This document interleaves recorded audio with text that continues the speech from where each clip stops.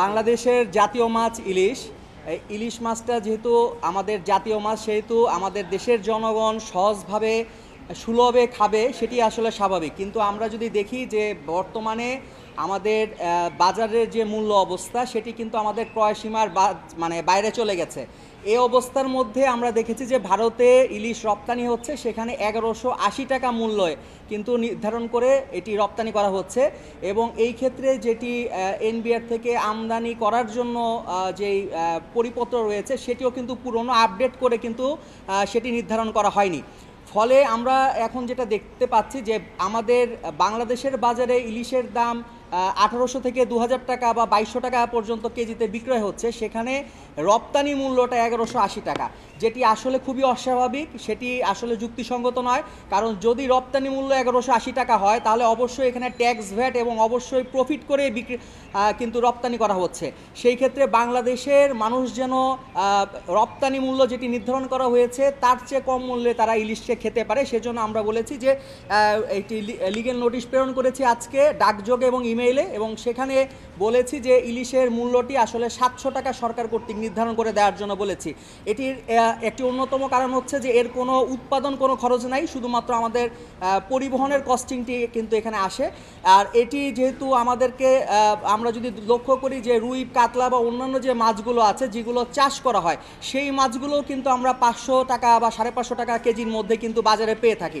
তাহলে সেই ক্ষেত্রে যেই মাছটিতে আমাদের কোনো প্রকার উৎপাদন খরচ নেই, সেটির মূল্য এত কেন হবে? এটা আমাদের জাতীয় মাছ হিসেবে সরকারের উচিত যে দেশের জনগণ যেন সুলভে খেতে পারে সেই ব্যবস্থাটি নিশ্চিত করা। এবং একই সাথে এইখানে কয়েকদিন আগে আপনারা লক্ষ্য করে দেখবেন যে জাতীয় ভোক্তা অধিকার সংরক্ষণ অধিদপ্তরের পক্ষ থেকে অভিযান চালানোর হয়েছে কয়েকটা জায়গাতে। সেখানে তাৎক্ষণিকভাবে ইলিশের মাছের মূল্য কিন্তু অনেক কমে গেছে। তো তাতে বোঝা যাচ্ছে, এবং তারা নিজেরাও কিন্তু বলেছেন যে এখানে ক্ষেত্র বিশেষে 700-900 টাকা পর্যন্ত প্রফিট করা হচ্ছে। তো সেটা অস্বাভাবিক। এই জন্য যেন বাজারটা নিয়মিত মনিটরিং করা হয়, মূল্যটা যেন আসলে মানুষের ক্রয় সীমার মধ্যে থাকে, সেটির জন্য বলেছি। একই সাথে আমাদের যেটা হচ্ছে যে অবৈধভাবে যেন পাচার করা বন্ধ করা হয়, সেই বিষয়টার ক্ষেত্রেও বলেছি যে অবৈধ পাচার বন্ধে যেন সরকারের পক্ষ থেকে কার্যকর পদক্ষেপ গ্রহণ করা হয়।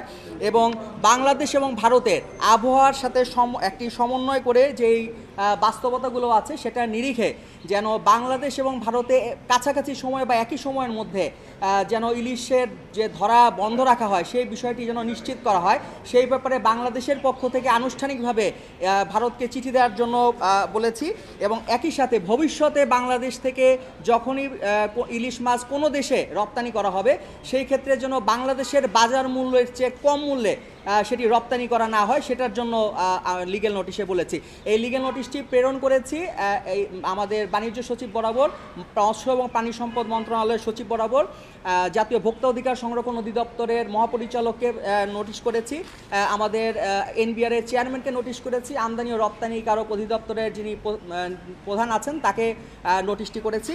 এবং এই নোটিশটির মাধ্যমে সুস্পষ্টভাবে বলার চেষ্টা করেছি যে বাংলাদেশের মানুষকে একটি মূল্য নির্ধারণ করতে হবে সরকারের পক্ষে, যেন জাতীয় মাছ যেটি আছে, এই জাতীয় মাছটি যেন হচ্ছে বাংলাদেশের মানুষ সুলভে পায় এবং তারা যেন এটি খেতে পারে, এটি নিশ্চিত করতে হবে।